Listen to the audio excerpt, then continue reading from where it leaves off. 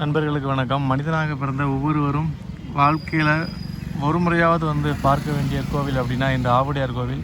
உங்களை அன்புடன் அழைப்பது எஸ் ஜானகிராமன், கோயில் வழிகாட்டி, ஆதீனத்தில் அங்கீகாரம் பெற்றவர்.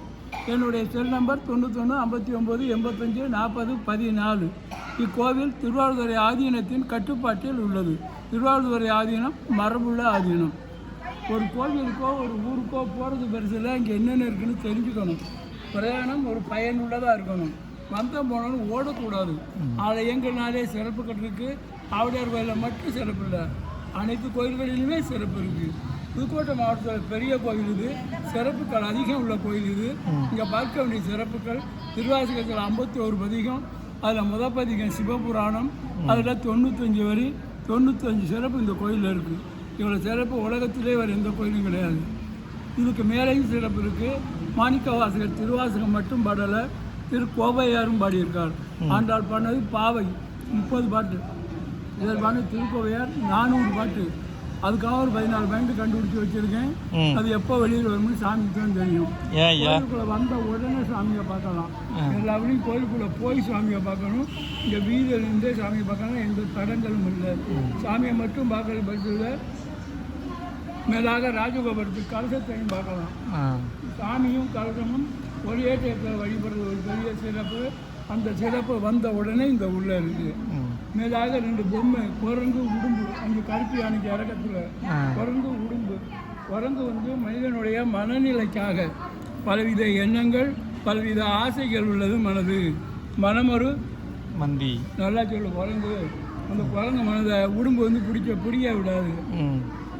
பலவித எண்ணங்கள் உள்ள குரங்கு போன்ற மனதை உடும்பு பிடியா இறைவனை வழிபடப்போ மனதில் வேறு எந்த எண்ணத்துக்கும் இடம் கொடுக்கப்படாதுன்னு உலகத்தில் எத்தனை கோயில் இருந்தாலும் வழிபாட்டு முறையை சொல்லிக் கொடுத்த கோயில் இந்த கோயில். வழக்கு எறிவார். காலையில் 5 மணிக்கு போட்டது. இது ஜோதியை காமிச்சார். திருநெல்வேலியிலேருந்து ஒருத்தன் போடுறான். 5 மணிக்கு போட்ட விளக்கு 11 மணி வரைக்கும் எரியுது. சாயந்தரம் ஈரோட்டிலேருந்து வந்து போடுறான். ஜோதியை காமிச்சவங்க வாங்க.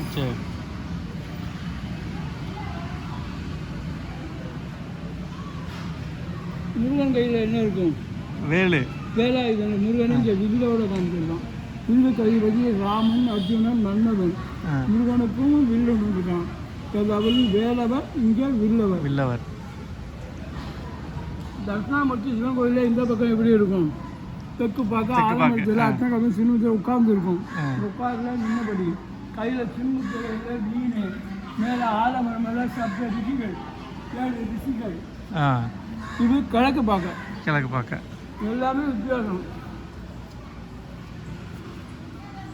இது மாதிரி இறக்கம் எல்லா கோயிலும் இருக்குது. இந்த வேலைப்பாடு ஒரு சிறப்பானது. கம்பியெல்லாம் வரப்போகுதுன்னு கல்லு காலத்தில் 60 கம்பியை கற்பனை அடிச்சிருக்கோம். ரவுண்டு கம்பி, சதுர கம்பி, 8 பட்டை கம்பி, முறுக்கு கம்பி, 10 பட்டை கம்பி, 6 பட்டை கம்பி, 6 வகை கம்பி கல்லில் அடித்து காமிச்சிருக்கோம். எல்லாம் இரும்பில் வந்துருக்கு. இதை மரச்சட்டை மேலே வச்சுட்டு வளையம் போட்டு ஆணி அடித்து டைட் பண்ண மாதிரி ஒவ்வொரு கட்டையிலையும் ஒவ்வொரு பூவேலைப்படி இதை கொடுங்கஞ்சிரும். கல் தாழ்வாரம் இது கம்பு கட்டி கீச்சு கட்டுறோம், கை அடித்து ஓடு போடுறோம். காணும்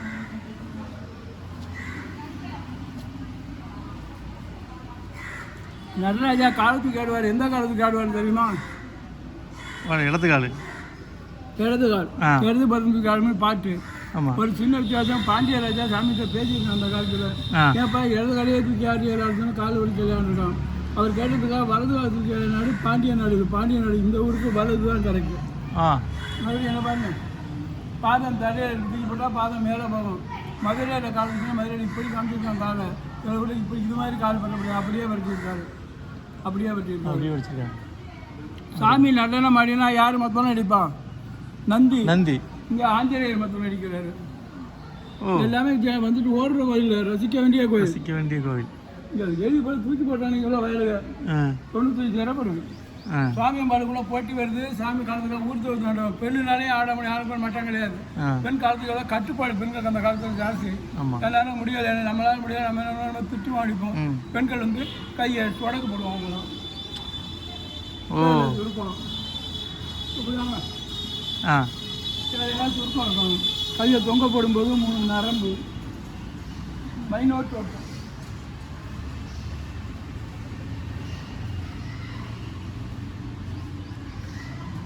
சிவத்தலம் பெருமாளுக்கும் உடனே தீரும் போது கை வாக்கு உடல் வெளியில் வந்து கிட்டக்க வாங்க. வெயிட் ஏற்றவும் முழங்கால் எலும்பு. இந்த கிருதாங்கிற கிறுக்கு வேலையில் அந்த காலத்துலேயே கிருதாலாம் இருக்குது. இந்த மாதிரி தெரியுதா கிருதானா? ஆமாம் ஆமாம். பாதத்தில் நரம்பு கிட்டக்குது பிடிங்க.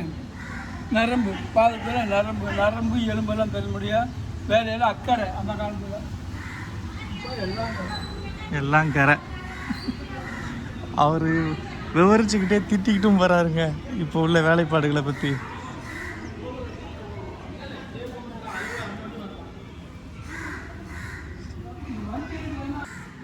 அவ்வளோ அமைதியாக சாமியை பார்க்கணும், கூட்டமே இருக்காது. ஆமாம், என்ன சாமியை பார்க்கலாம். இந்த ஊரில் தான் மட்டும்தான்.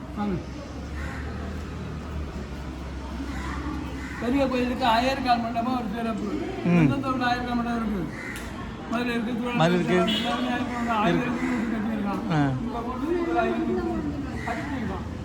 வாங்க 1 2 3 4 5 6 7 1 2 3 4 5 6 7 இதில் 500 அதில் 500 இப்படியா? இங்கே சதை மடிப்பு கால் பள்ளம் தெரியுது. தெரியுது படிச்சிருக்கான். உழைப்பு ஒன்னே குறிக்கோள். இந்த சதை பிடிப்பு, கரண்ட கால் சதை பிடிப்பு.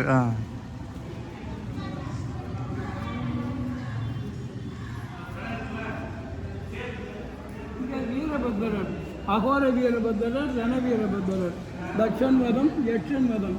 மேலே போர்டு இருக்கு. வா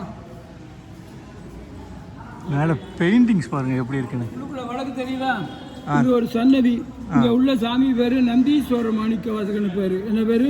நந்தீஸ்வர மாணிக்க வாசகர். மனிதனுக்கு மறுபிறப்பு உண்டா? ஒரு கேள்வி. மனிதன் இறக்குறான், எரிக்கிறான், புதைக்கிறான், தான் தெரியும். இறந்தவங்களுக்கு பிறப்பு உண்டா? தெரியாது. இறந்தவங்க செய்கிற நல்லதுகளுக்கு தக்கன 7 பிறப்பு மனிதனுக்கு உண்டு. சாட்சி மாணிக்க வாசகர். ஒரு பிறலை ஒரு நம்பி அவர் பண்ண தப்புக்காக மனுஷனா பிறந்திருக்கார். அதனாலதான் நந்தி கிடையாது. கோயில் நந்தி கிடையாது. சிவன் கோயில் உலகத்திலேயே இந்த ஊர் தான். கோயிலுக்குள்ளே போனால் இந்த சாமியை முதல்ல கும்பிடுவோம். பிள்ளையார். இந்த ஊரில் கோயிலுக்கு வந்தாச்சுன்னா முதலிடம் பக்தர் தான், முதலிடம் தொண்டர் தான், முதலிடம் மாணிக்க வாசகர் தான், முதலிடம் மனிதன் தான். உலகமும் பிள்ளையாருக்கு முதலிடம்.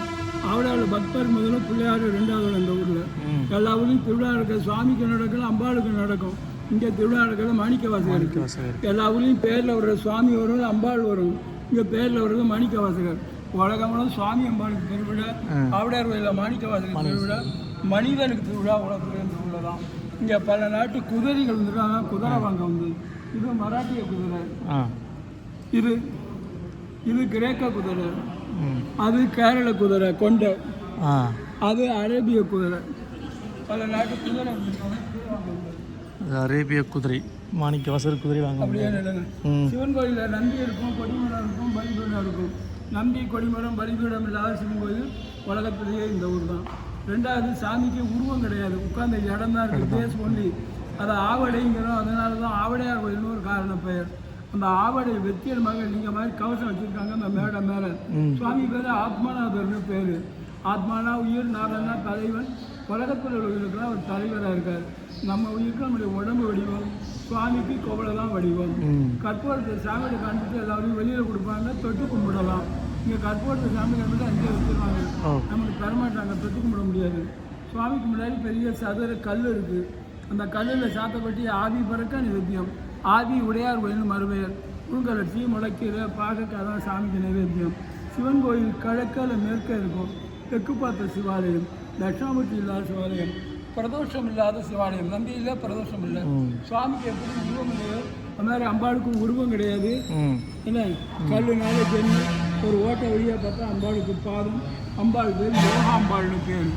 சுவாமிக்கு முன்னாடி வளைவா தீபம் தெரியும். அதில் 27 வழக்கத்துக்கு நட்சத்திரம் மாலையங்கிறோம். அதுக்கு மேலே சிகப்பு, மஞ்சள், பச்சை 3 வழக்கம் முக்கன் மாதிரி பார்க்கலாம். அக்னி, சூரியன், சந்திரன், நட்சத்திரம் இதெல்லாம் சாமிக்கு கட்டப்பட்டவன் காமிச்சிருக்கான். நம்ம நடந்தால் நம்ம நிழல் சுவாமி மேலே படும். இது மாதிரி கட்டடக்கலை 1000 கலைகளை பெற 64. இதில் கட்டடக்கலையும் ஒன்றும். நிழல் படணும்னா என்ன வேணும்? சூரியன் வெளிச்சம் வேணும். வழக்கத்தில் உள்ள வெளிச்சம் தான் நிழல் வரும். சூரிய வெளிச்சம், ஆகாய வெளிச்சம் எல்லாமே.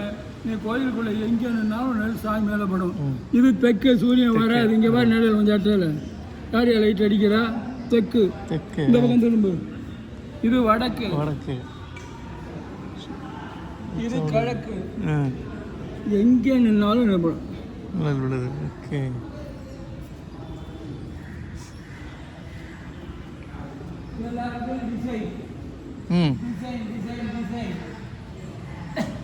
கட்டடங்கள் கட்டுறோம், எவ்வளோ ஃபவுண்டேஷன் கட்டடம் சாந்தம் வரும். ஒரு கம்பு தரையில் இருக்கா, பள்ளம்படியாக போய் கம்பு நிற்கும், மேடையை போட்டு அப்படியே வச்சிருக்கோம். ஃபவுண்டேஷன் கட்டச்சொல்லி பார்க்கலாம். கல் பூரா அப்படியே நிற்குது. கல் அப்படியே நிற்கிது. எல்லா இடத்துலையும் டிசைன், கோவில் முழு டிசைன்.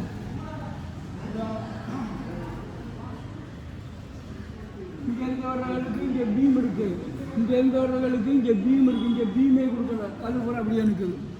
பீம் இருக்கு, பீம் இல்லை, கல் அப்படியே நிற்குது. அப்படியே நிற்குது. தெரியுதா? கொட்டி கிடக்கு. கொடுக்கலையா?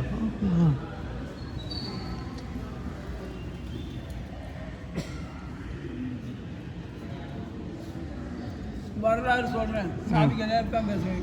மாணிக்க வாசகர் இந்த கோயிலை கட்டினவர், உலா பாடினவர், எழுதினது இவர் எழுதின சிவபெருமான். இவர் மதுரைக்கு பக்கத்தில் உள்ள திருவாதவூரில் பிறந்திருக்கார். மேலூர்லேருந்து 8 கிலோமீட்டரு.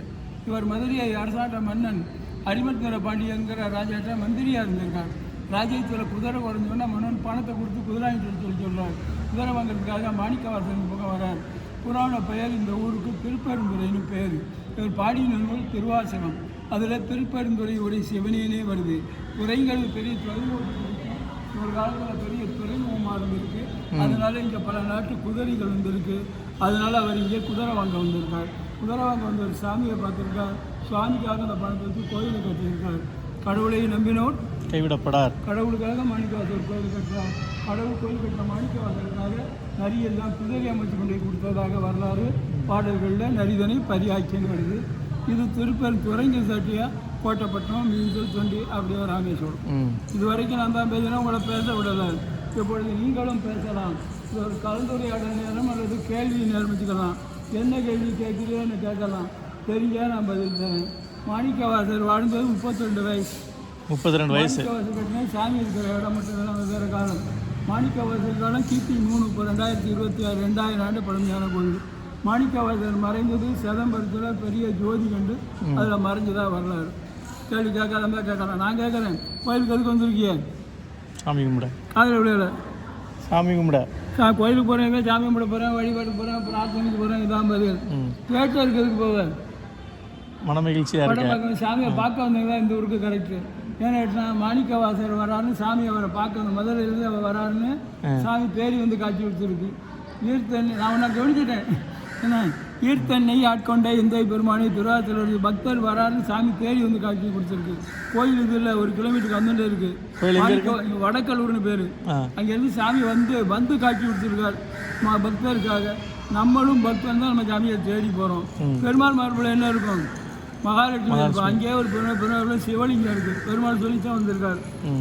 சாமிகிட்ட பிரார்த்தனை பண்ணலாமா வேண்டாமா? பண்ணலாம், தப்பு இல்லை. அப்பா நான் வேண்டியல் கேட்டால் பண்ணிதல் வேண்டும். ஒருமையுடைய நிலத்துக்கு எல்லாரும் வேண்டாது. மாணிக்கவாசகர் வேண்டாதாரு. சாமியோட என்ன வேணுங்கிறார்? வேண்ட கேட்காத நீ வேண்டாம், எனக்கு என்ன வேணும் உனக்கு தெரியாது. படைச்சாளுக்கு தெரியாதா? குழந்தை அழுகுது, பாலினை கேட்கறது, தாயார் கொண்டு கொடுத்தாலும் பாலினை விட்டும் தாயும் திருவாசகத்திலே இருக்குது. நினைச்சு பார்க்க முடியாது. 63 நாயன்மார்களே இவர் கிடையாது. இவர் தனி பிராட்கேஜ். ஏன்னா எல்லாரும் கேட்டாரு, அத்தனை பேர் கேட்டாலும் இவர் கேட்காதாரு. இது தனி திருவாரூரில் பிறந்தாமுத்தி, திருவண்ணாமலையை நினைச்சாமுத்தி, காசியில் இறந்தாமுத்தி, சிதம்பரம் தரிசிச்சாமுத்தி, திருவையாத்தில் வைச்சாமுத்தி, திருப்பெருந்துறை சொன்னாலே கொட்டி கிடக்கு. இப்போ அந்த ஐயாவுக்கு உள்ளே நடக்க முடியல. அதனால் அந்த ஐயா வெளியில் நின்று எக்ஸ்பிளைன் பண்ணிவிட்டு நம்மளை உள்ளே அனுப்பிச்சி வச்சிட்டாரு. உள்ளே வந்த உடனே எந்தெந்த கோயிலில் எந்த முதல்ல எப்படி கும்பிடணும் அப்படின்றத ஐயா சொல்லியிருப்பார். அது உங்களுக்கு முன்னாடி காட்டுறேன். இங்கே ஒரு 3 விநாயகர் இருக்கார். இது அப்படியே இந்த சைடு போனோம் அப்படின்னா அங்கே ஒரு மண்டபம் இருக்குது. சிற்பக்கலையின் உச்சம்ங்க. முதல்ல தீர்த்தம் பார்க்கணும்னு சொன்னார். இங்கே ஒரு தீர்த்தம் இருக்குது. தீர்த்தத்தை காட்டுறேன். இவருக்கு பாருங்கள் தீர்த்தம்.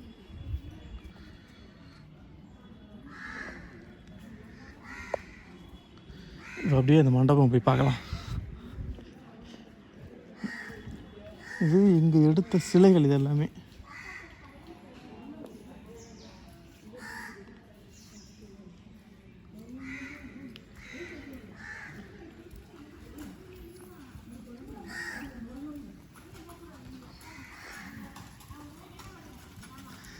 கோவில் எவ்வளோ பிரம்மாண்டமாக கட்டியிருக்காங்க பாருங்க.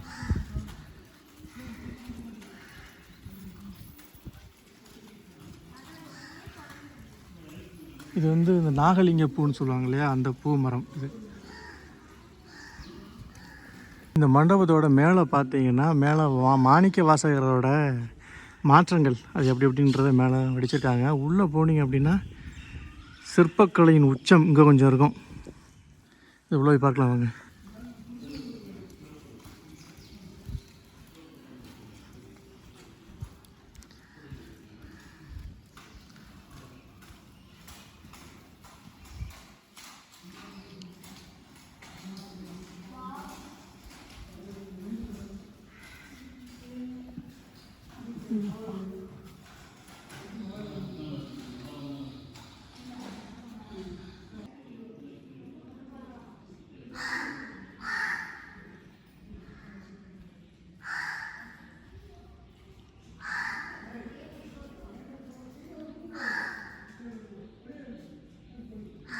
அந்த காலத்தில் பயன்படுத்தின வண்டி ஒன்று நிற்கிது பாருங்கள்.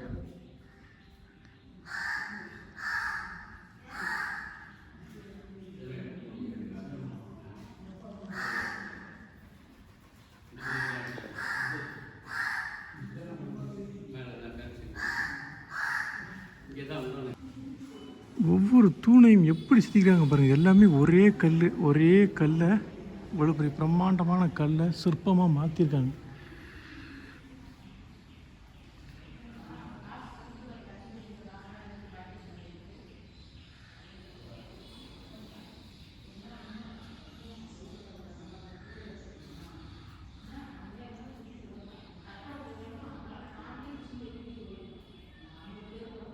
கஜலட்சுமி சிற்பத்தை பாருங்கள்.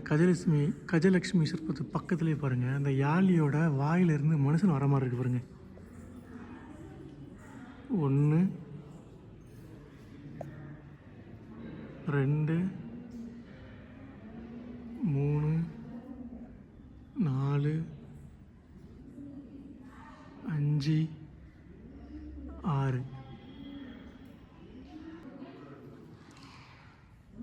என்ன டைகரா? கையை போட்டிருக்காரு பாருங்கள் மேலே. அவர் இங்கே கை போட்டிருக்காரு பாருங்கள்.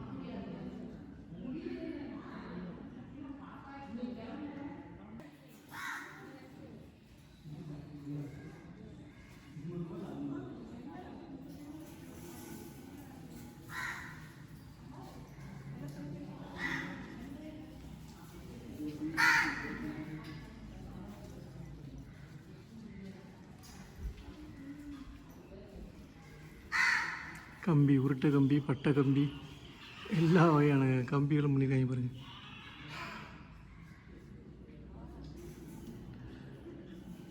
இது வந்து மியூசிக்கல் பில்லர், அதான் அடைச்சி வச்சுருக்காங்க. ஃபோட்டோ எடுக்கிறாங்க பாருங்கள்.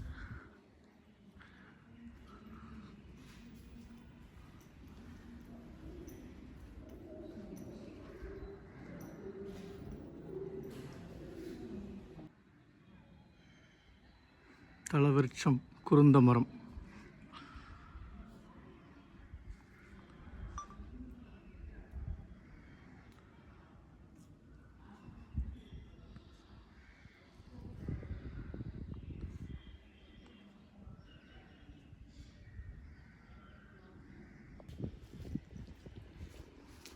ஒவ்வொரு கல்லும் எப்படி இருக்குது பாருங்கள்.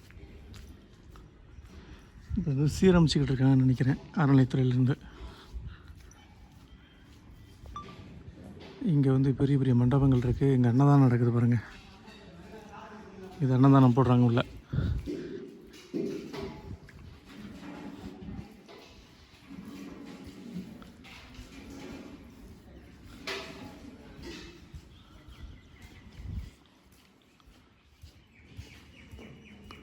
இந்த கோவிலுக்கு வர்ற மாதிரி இருந்ததுன்னா காலையில் 7 மணிக்கெலாம் கோயில் வளாகத்துக்கு வர்ற மாதிரி பார்த்துக்கோங்க.